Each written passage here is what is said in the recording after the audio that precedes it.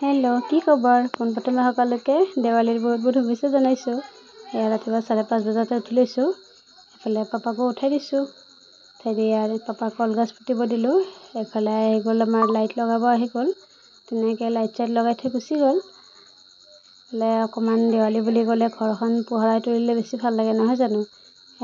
প্ৰায় লাইট চাইট লগোৱা হৈয়ে গ'ল। এফালে মই ধুনীয়াকৈ চাৰ্টখন অকণমান চাফা কৰি দিছোঁ। ফুলৰ পুলিবিলাক ঠিক কৰি থৈ দিছোঁ। নহ'লে বহুত বেয়া দেখা হৈ আছিলে। এফালে ৰাতিপুৱা সূৰ্য দেৱতা ওলাইছে আৰু এনেকৈ কমকৈ হ'লেও লাইট লগাই থৈ দিছোঁ আৰু গধূলি দেখিব।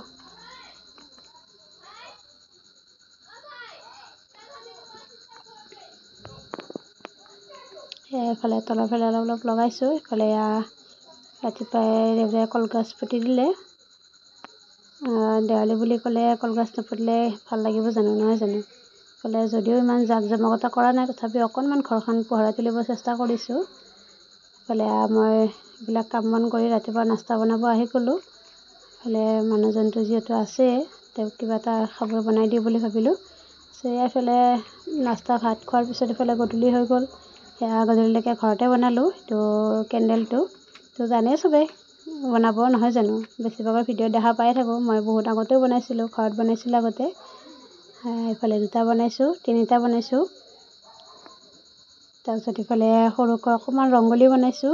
বহুত বেছি বনোৱা নাই, কাৰণ কালাৰবিলাক ইমান ঠিক নহয়, বেয়া হৈ গ'ল। গতিকে এনেকৈ বনাই থৈ দিছোঁ আৰু কমকৈ হ'লেও। যিহেতু পোহৰৰ উৎসৱ অকণমান নকৰিলেও ভাল নালাগে এনেকুৱা। যেনেকৈ চাকি তাকি লগাই অকণমান ঘৰখন পোহৰাই তুলিলোঁ। এইফালে আমাৰ গেটৰ সন্মুখত চাব ৰ'ব, এইখন আমাৰ গেট। এইখিনি এইফালৰ পৰাই আমাৰ যোনটো বাউণ্ডেৰীটো আছে, আমি বাউণ্ডেৰীটো ধুনীয়াকৈ বনাইছোঁ। এইটো আমাৰ ঘৰটো। এইফালে আমাৰ এয়া ৰাস্তাটোৰ সন্মুখতে আমি এনেকৈ বনাইছোঁ। চাওকচোন কি ধুনীয়া লাগিছে ন? জুবিন দাক স্মৰণ কৰি। গতিকে যিহেতু জুবিন দাক দেৱালী বুলি ক'লে সকলোৱে মিছ কৰিছে। এইবাৰ যিহেতু ফটকাৰ ইমান জাক জমকতা হোৱা নাই, সেইকাৰণে ঘৰখন এনেকৈ পোহৰাই তুলিছোঁ। কেনেকুৱা লাগিছে জনাব। তাৰপিছত এয়া চাওকচোন, অনলাইনত আনিছিলোঁ আকাশবন্তি। গতিকে 5টা আনিছিলোঁ, এতিয়ালৈকে 3টা চেচেই হ'ল। এইটো 4 নম্বৰ। নাজানো আৰু, এটাতো উৰিব নাপালে, এনেকৈ নষ্ট হৈ গৈছে। তাৰপিছতে ভাইটিক মাতিলোঁ, এবাৰ সি পাৰে নেকি, গতিকে তাক দেখাব দিলোঁ। যি কি নহওক বাৰু, অলপ হ'লেও সামান্য ছাকচেছ হৈছোঁ। ভাল লাগিছে, কাৰণ এইটো লাষ্ট আছিল। যদি এইটো নজ্বলিলে হয় খুব বেছি বেয়া লাগিল হয়। আৰু মই এনেকৈ আকাশবন্তি এবাৰ ফাৰ্ষ্ট টাইম জ্বলাইছোঁ। মই আগতে কেতিয়াও জ্বলাই পোৱা নাই। গতিকে এনেকৈ যিয়ে নহওক, ভাইটিয়ে অকণমান হ'লেও মনটো ভাল লগাই দিলে। চাব দে, অকণমানকৈ জোৰ জবৰদস্তি ঠেলি সিও এটা বেয়া কৰিলে। আমি 3টা বেয়া কৰিলোঁ, আৰু এইটো 5 নম্বৰটো। গতিকে সি কৈছে এবাৰ যদি নুৰে নহয়, এক চাবিচোন মই কি কৰোঁ। কিন্তু সিও ভয়তে উৰি গ'ল নেকি সেইকাৰণে। চাওকচোন, জোৰ জবৰদস্তি ঠেলি আছে, যা কৰি আছে। সিও বেচেৰা উপায় নাপায় গুচি গ'ল অলপ হ'লেও।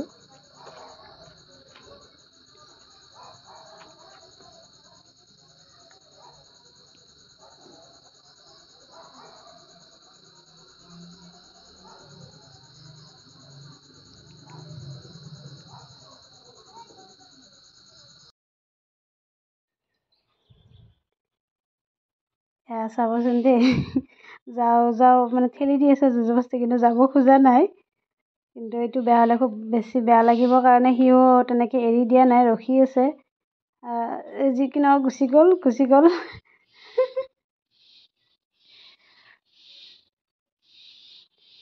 এইফালে আমাৰ বহুত বেছি ভয় লাগিছিল, কাৰণ ইয়াত দেখিছেনে যাই পেলাই ক'ত পৰি গ'ল, আমাৰ কাষৰ ঘৰৰ তলত পৰি গ'ল।